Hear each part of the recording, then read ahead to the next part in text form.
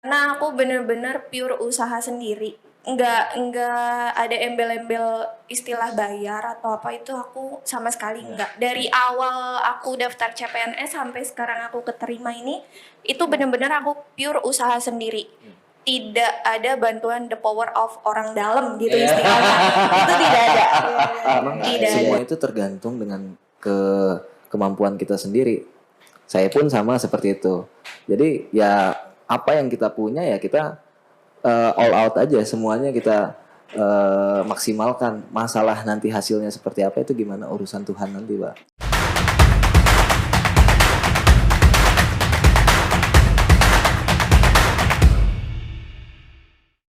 Assalamualaikum warahmatullahi wabarakatuh. Waalaikumsalam warahmatullahi wabarakatuh. Podcast Kejaksaan Negeri Kota Banjar, ngobrol bareng jaksa.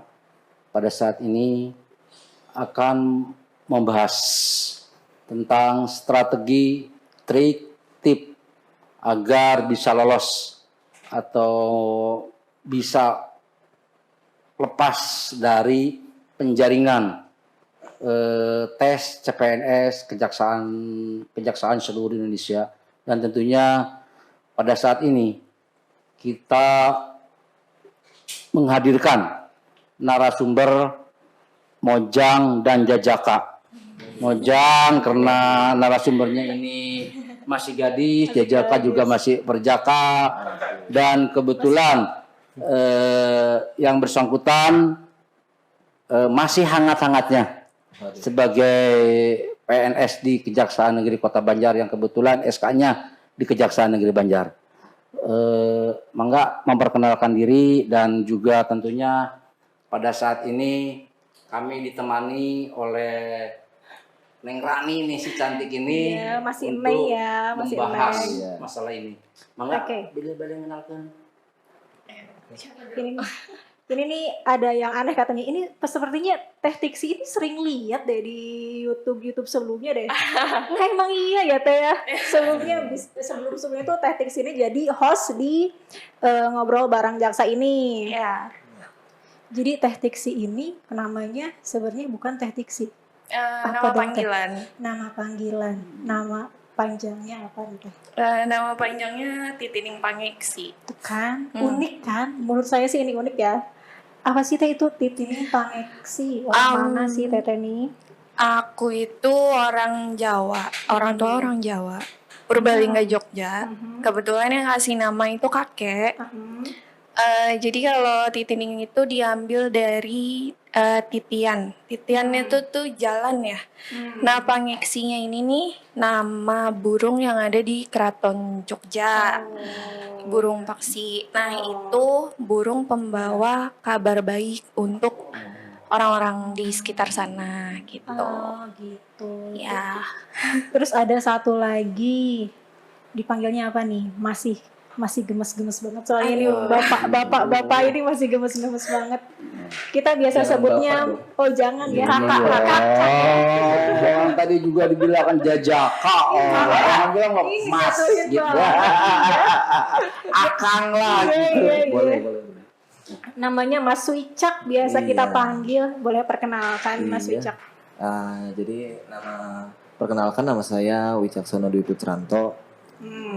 Apa tuh artinya?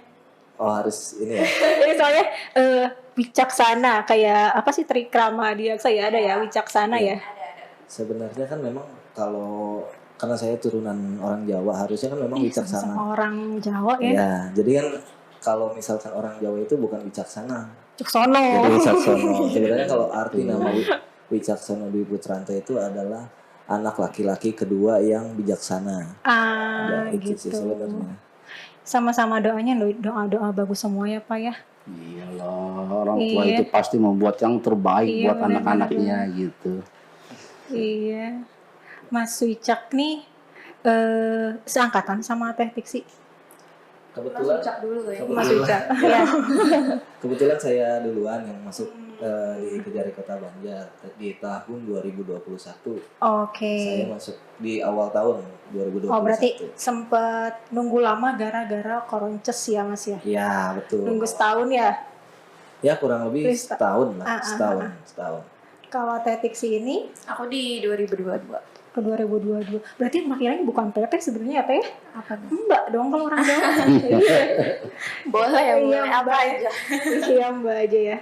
Jadi Mas Wicak nih formasinya calon jaksa sama Tetiksi ini formasinya Olah data intelijen. Pengolah data intelijen. intelijen. Ini sebenarnya kemauan emang dari Orok pengen kerja di kejaksaan nih atau gimana nih? Kalau aku sebenarnya nggak dipatok harus masuk kejaksaan sih. Cuma memang ada niatan pengen meneruskan jejaknya mama. Oh, Mama di kejaksaan juga? Nggak, mama di Kementerian Sosial. Oh, Cuma iya. mama tuh pengen ada generasi penerusnya mama gitu. PNS ya mantu Iya. idaman katanya. Jadi ya coba-coba terus. Jadi nggak ada terah di kejaksaan gitu ya? Nggak ada. Kalau Mas Wicak Nggak ada gimana? sama sekali. Kalau saya lebih ke ini sih Pak. Sebenarnya saya memang udah cita-cita dari dulu memang. Dari waktu sebenarnya cita-citanya dari dulu tuh waktu SMA. Makanya ketika lulus SMA saya langsung ngambil kuliah di Fakultas Hukum. Oh iya. Sebenarnya itu. Karena iya oke. Coba sekarang ini Mas Wicak sama Mbak Tesi ini kan dalam formasi yang berbeda gitu ya. Siap. Kebutuhannya ini karena ini pengolah intelijen, kelas Mas Wicak tentunya sebagai calon jaksa lah. Siap. Calon jaksa insya Allah. Amin. Apa saja persyaratan-persyaratan yang harus dilengkapi untuk bisa masuk tes kejaksaan dan bagaimana melakukan tes kejaksaannya sehingga sampai lolos dan sekarang menjadi PNS kejaksaan di Kota Banjar ini. Oke. Mau siapa? Ya Mas Wicak dulu lah. Oke. Yang lebih dulu katanya. Oke. Tapi kalau saya lupa sedikit masalah administrasi sih nanti mungkin Boleh. Mbak Tiksi yang lengkapin Iya. karena masih anget-anget. Kalau pada waktu saya pertama itu kan memang ada seleksi administrasi terlebih dahulu ya Pak. Iya. Pertama itu memang kalau kejaksaan ini beda dengan seleksi ASN yang lain. Yang kalau kita lihat kan di Pemprov ataupun di Pemkot ASN itu tidak ada kita harus ada berat badan ideal, ada tinggi badannya dan tes kesehatannya. Nah, kalau di kejaksaan ini kan memang kita ada pada saat pemberkasan administrasi kita ada diwajibkan untuk memiliki berat badan ideal dan tinggi badan yang ideal. Pertama itu. Nah, untuk selanjutnya kan untuk administrasi berkas-berkas ya paling seperti ijazah, kemudian SKCK dan surat sehat dan lain sebagainya lah yang kurang lebih ya saya lupa lagi item-itemnya ya Pak ya. Iya. Nah, untuk kalau proses dari awal tuh memang kita pengumpulan yang tadi seperti saya sudah bilang Pak. Pertama kita pengumpulan dari data administrasi dulu. Kita berkas-berkas administrasi kita kumpulkan, kita upload ke BKN. SSC, ASN itu ya? Nah, ya. Nanti setelah di approve atau misalkan kita lulus nih seleksi administrasinya, waktu itu pada zaman saya kan memang masih semi COVID tuh. Iya. Enggak, belum COVID malah, belum COVID malah. Kan kepotong gara-gara COVID. Iya, makanya waktu pada waktu itu saya masih di tahun 2019 akhir di bulan November itu masih belum COVID kebetulan. Jadi setelah saya lulus seleksi administrasi di website BKN itu kan muncullah pernyataan bahwa lulus seleksi administrasi. Nah, setelah lulus seleksi administrasi itu barulah si calon ASN ini untuk di kejaksaan sendiri ada namanya verifikasi berkas. Nah, Buat ngecek bener apa enggak gitu ya. ya verifikasi berkas tahap awal. Nah, setelah verifikasi berkas tahap awal nanti kita mengumpulkan berkas-berkas fisik yang tadinya sudah di-upload di BKN. Nanti dicek oleh tim dari kejaksaan. Waktu itu saya kan kebetulan untuk wilayah daftarnya itu di Kejaksaan Tinggi Jawa Barat. Nah, pada saat itu saya langsung ke Kejati Jabar untuk memverifikasi berkas. Di sana di tahap awal itu ya tadi seperti yang saya sudah ceritakan ada pengukuran tinggi badan dan berat badan. Di situ kita dicek Nah setelah lulus barulah lolos verifikasi berkas, lanjut lagi kita SKD, seleksi kompetensi dasar. Di situ ada TPA dan segala macamnya, mulai dari TPA, TWK, terus TIU ya. TIU di situ. Setelah lulus dari tahapan itu, masuklah ke SKB. Nah SKB ini kalau pada zaman saya ini ada empat tes. Kalau untuk formasi saya di analis penuntutan atau calon jaksa itu ada 4 tes. Yang pertama itu dari SKB, seleksi kompetensi dasar. Kalau misalkan formasi saya itu kan tentang berkaitan dengan hukum, ya seleksi kompetensi dasarnya berkaitan dengan hukum. Kompetensi bidang. Kompetensi bidang SKB. Nah selanjutnya setelah selesai SKB lanjutlah di tes kesehatan. Nah setelah tes kesehatan lanjut ke psikotes. Nah yang terakhir tahap wawancara. Itu dalam 1 hari Mas atau nunggu dulu apalagi waktu dik-dik ya itu masa nunggunya ya. Apalagi waktu zaman saya kan kepotong COVID. Oh iya setahun ya. Sempet Jadi formasi yang diambil analis penuntutan calon jaksa gitu ya. Kalau Mbak Tisi gimana? Kurang lebihnya sih hampir sama. Cuma bedanya kalau di tahun aku ini nggak ada verifikasi berkas untuk datang langsung.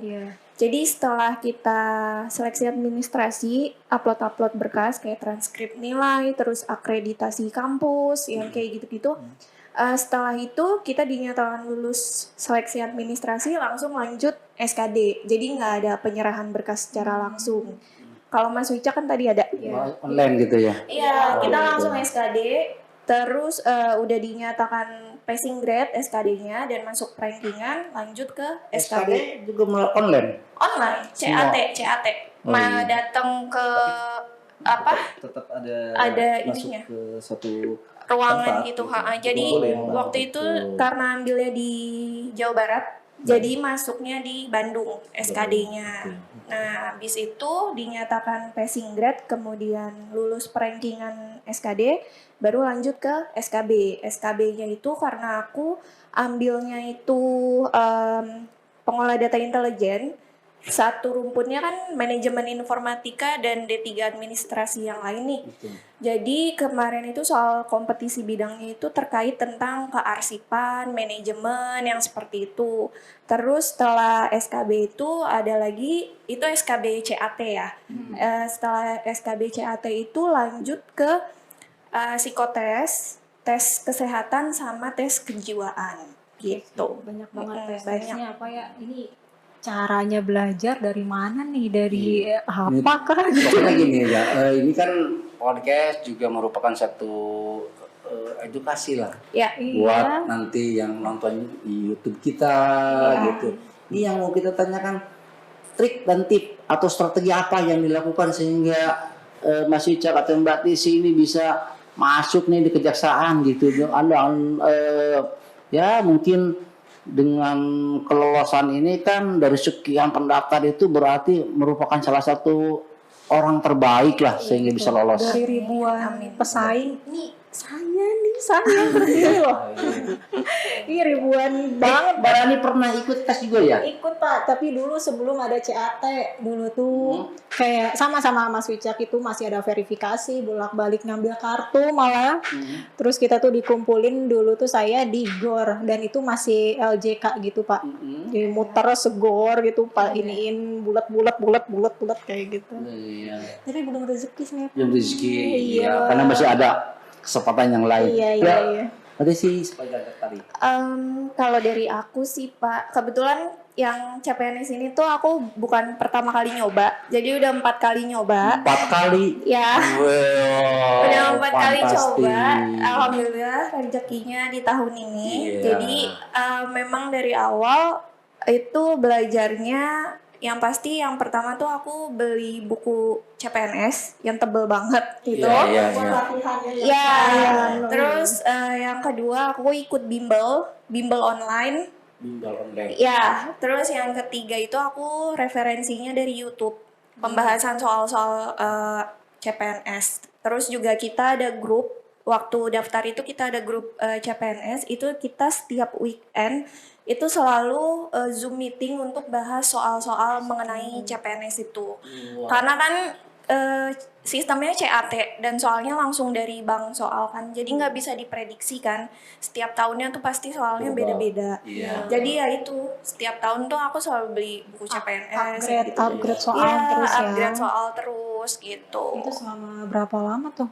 Ya selama mengikuti CPNS. Pokoknya apapun itu kita kerahkan loh. Iya benar-benar, jangan tanggung-tanggung ya. Karena menurut aku kalau kita usaha tanpa belajar itu nihil. Walaupun kita fresh graduate gitu ya, istilahnya masih tentang pelajarannya masih lumayan fresh gitu. Tapi kalau nggak kita ulas lagi tuh bakalan lupa gitu. Dan jadi soal-soalnya tuh kayak out of the box ya sih. Kayak mesti upgrade terus soal. Benar. Walaupun cuma dasar gitu soal-soalnya, tapi tetap harus dipelajari. Iya. Gimana nih Mas Wicak nih? Mas Wicak nih gimana nih? Kalau sebenarnya kalau untuk metode belajar dan misalkan tips triknya ya memang beda-beda ya setiap orang ya Pak ya. Mungkin ada metodenya masing-masing. Saya dengan Mbak Tiksi mungkin beda. Mungkin kalau Mbak Tiksi kan dengan syarat penuh dengan pengalaman yang berbeda.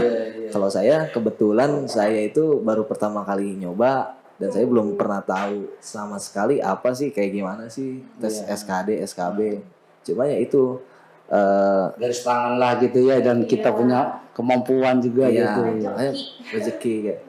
Ya percaya diri sih Pak sebenarnya. Saya sama kayak Mbak Tiksi tadi ya, mulai dari beli ya usahanya apa, beli buku, terus mulai ikut bimbel, terus juga belajar latihan-latihan soal, pembahasan soal di YouTube dan segala macamnya. Kita cari pemecahan masalah soal ini di YouTube, bagaimana caranya.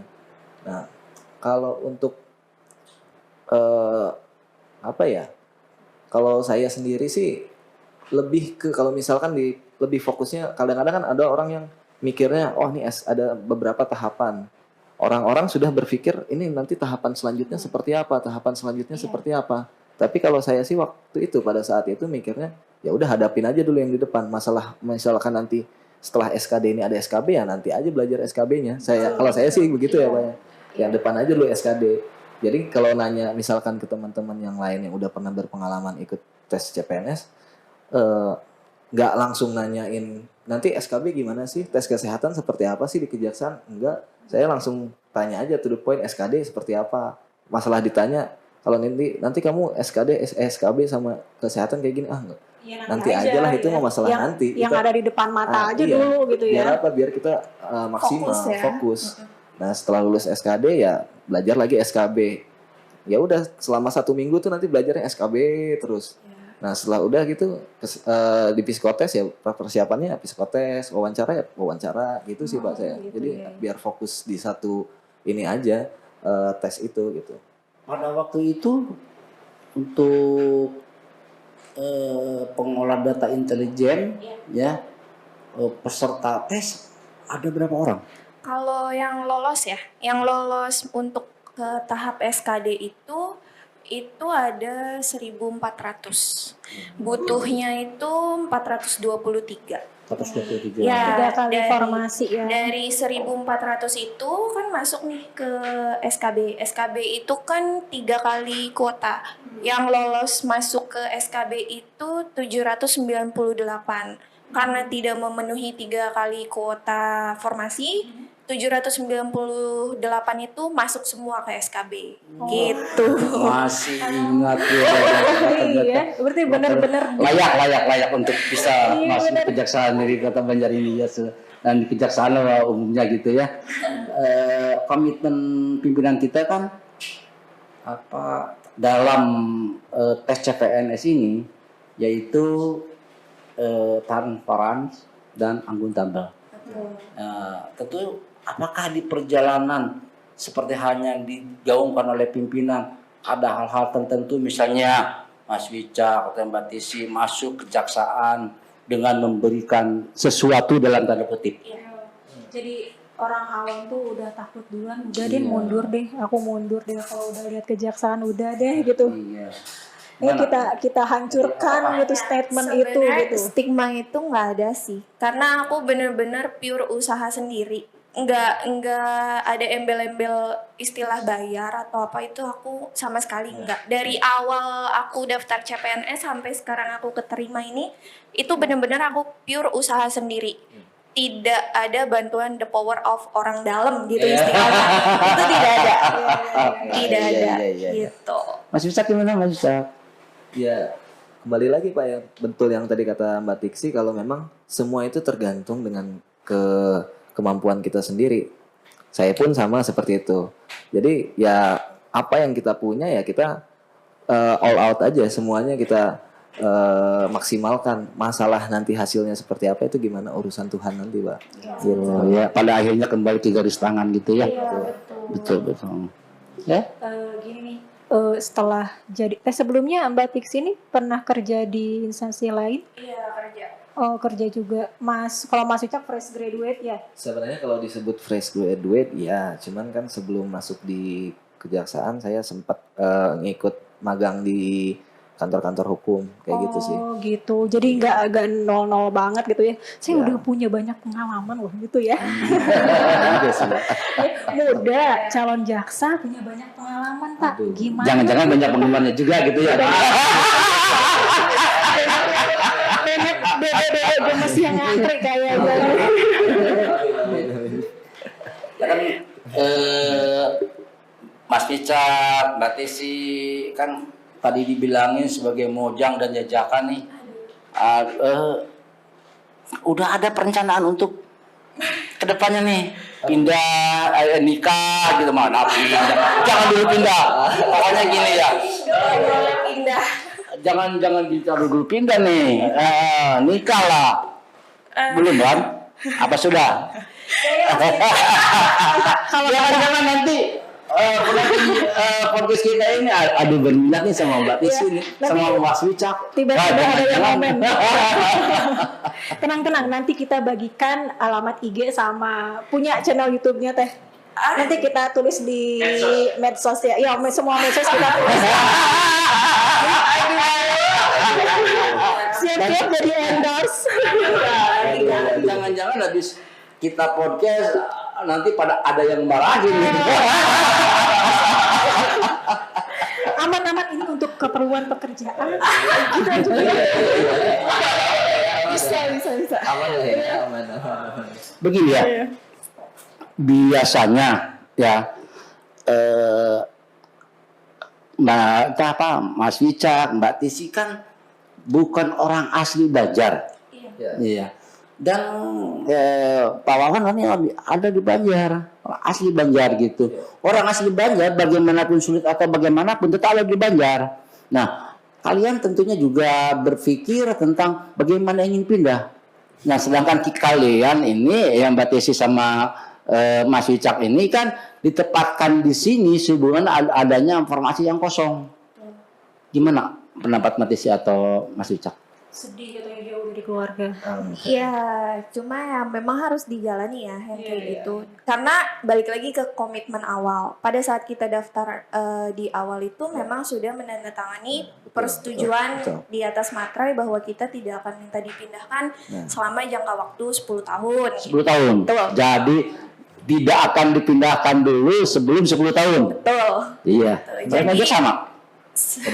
Kayaknya nggak sampai kalau Saya- calon jaksa ya Saya Mas ya. kalau sebenarnya kan kalau untuk calon jaksa saya lupa lagi sih Pak, sebenarnya kalau untuk item surat pernyataan itu ada atau tidak. Cuman kan memang konsekuensinya untuk calon jaksa itu ditempatkan di ya di mana saja, dan ketika nanti misalkan aminnya saya ada rezeki, saya ada panggilan untuk PPJ kan mungkin langsung keluar SK baru Pak untuk pindah lagi gitu Pak. Ini nih, apa nih PPJ ini apa sih? Oh, kalau PPPJ itu adalah pendidikan, pelatihan, dan pembentukan jaksa. Itu adalah diklat di mana disitulah calon-calon jaksa yang sudah memenuhi persyaratan dan misalkan dari segi umur dan kualifikasinya dipanggil untuk melalui diklat, dan nantinya setelah selesai diklat itu jadilah seorang jaksa. Jaksa itu selama berapa bulan Mas? Itu Untuk yang tahun sekarang itu di 5 bulan di situ ada 5 bulan, kurang lebih 5 bulan sampai 6 bulan lah. Lumayan sebentar lah ya. Iya. Sebentar lah ya. Iya. 5 bulan. Jadi buat Mbak Tiksi sama Mas Wicak nih setelah berbagai macam jalan yang dilalui, halang rintang, ya udah loncat, udah lari, udah terbang gitu. Setelah jadi ASN nih, perubahan apa yang dirasa saya setelah jadi ASN rasanya lebih mandiri atau lebih dewasa atau lebih bisa mempertanggungjawabkan diri sendiri gitu? Apa nih? Yang pasti lebih mandiri ya. Karena kan selama ini selalu deket sama orang tua kan. Sekarang harus ngekos, harus tinggal sendiri gitu kan. Terus juga ngerasa kayak sebagai ASN itu ya kita harus punya pribadi yang lebih berintegritas ya. Terus harus disiplin dan punya tanggung jawab juga sama pekerjaan yang kita kerjakan saat ini gitu. Karena beda kan antara kita kerja di swasta sama di sini kan di ASN ini.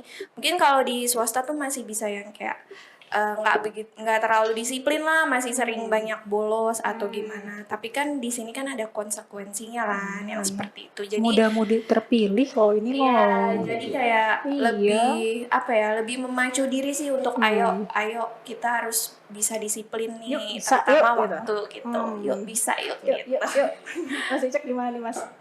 Ya kurang lebih sih sama kayak Mbak Tiksi, cuman ya memang kalau yang saya rasakan ya perubahannya lebih ke kita jadi punya tanggung jawab yang besar. Sekarang kalau saya dulu waktu kuliah, waktu zaman sebelum jadi ASN ya udah siapa saya sih, masyarakat juga nggak akan, kalau saya mau ngapain juga masa bodoh kan. Tapi kalaupun sekarang ya saya harus lebih gitu ya. menjaga wibawa dan marwahnya dari instansi kita, yaitu Kejaksaan Republik Indonesia. Di situ sih yang sebenarnya yang tanggung jawab besarnya tuh, yang bebannya tuh di situ. Tapi beban itu ya harus kita pikul dengan senang hati karena memang itu yang konsekuensinya kita masuk kejaksaan, itu yang harus kita jaga. Jiwanya kejaksaan itu ya di perilaku kita sebagai ASN Kejaksaan Republik Indonesia. Itu sih menurut saya sih seperti itu. Ya tentunya Awan ya sebagai orang tua gitu ya, cuma bisa berpesan jaga marwah kejaksaan, dan tentunya bagaimana kita mampu bersosialisasi di masyarakat. Karena pada akhirnya tahu atau tidak tahu orang akan bertanya sama kita. Insya Allah nanti kita menjadi satu bisa dikatakan tokoh masyarakat lah pada daerah tertentu, di mana ya, kalau misalnya Mas Wicak nanti ada di daerah mana, nah pasti nanti dijadikan tempat bertanya. Juga Mbak Tesi juga seperti itu. Nah, selanjutnya untuk motivasi untuk penonton podcast kita closingnya silakan Mbak Tesi sama Mas Wicak. Kalau aku ada 2 prinsip sih ya. Yang pertama, kegagalan itu ibarat tanda koma dalam sebuah kalimat. Dia hanya memberikan jeda tapi tidak menghentikan gitu. Jadi apapun yang pengen kita raih, kalau kita ketemu sama kegagalan itu ya jangan pernah berhenti gitu. Kalau memang kita sudah ada niatan, sudah memimpikan itu gitu, kejar terus gitu. Mau apapun rintangannya kejar terus. Yang kedua juga jangan pernah berhenti berusaha, karena kita tidak akan pernah tahu sejauh mana takdir membawa kita kepada hal baik. Itu aja sih. Sangat filosofis. Prinsip hidup aku tuh dua kata-kata itu Pak. Jadi memicu semangat diri sendiri gitu. Ya. Quotes itu ya. Ya, quotes of the day. Ya, Mas Wicak mesti diikutin tuh. Jadi minder sih. Mas Wicak bisa ya. Saya minder jadi bingung kan. Jadi ngeblank ya apa lah ini ya. Maaf. Jadi bingung. Jadi kalau saya sih, prinsip saya sih ya udah jalani, nikmati, syukuri. Maksudnya jalani, nikmati, syukuri ya kalau kita punya suatu tujuan ya jalani prosesnya. Jangan lari dari prosesnya, jalani. Kalau kita misalkan memutuskan untuk daftar CPNS kejaksaan ya ikuti setiap alurnya. ikuti setiap prosesnya, jalani. Terus misalkan nanti ada suatu hal, misalkan dalam belajar atau apa, misalkan ada kesulitan, nikmati aja prosesnya. Karena disitulah kita mulai jadi ada pembelajaran, ada proses penguatan penguatan diri, kalian. betul sekali Iya. Teh Rani di situ, dan syukuri. Ya yang disyukuri apa? Syukuri apapun hasilnya. Karena itu semua kan dari usaha kita sendiri. Apapun hasilnya ya disyukurilah. Iya, Itu karena nikmat dari Tuhan. Mungkin Amin. Iya, Ternyata nggak salah ini Iya, memang kekejaksaan mudi terbaik menerima ini Pak. Mojang Jejaka ini yang punya Iya. visi cukup bagus. Mana tutup Oke. Tadi kita udah janji ya Pak, nanti mau kita kasih sosmednya beliau. Nanti ada ya. Kalau teman-teman mau sekiranya Teh atau Pak, coba dong bahas soal ini, ketik di komen aja, oke? Jangan lupa subscribe, harus banget nge-like, jangan lupa komen. Oke. Assalamualaikum Waalaikumsalam warahmatullahi wabarakatuh. Waalaikumsalam. Waalaikumsalam.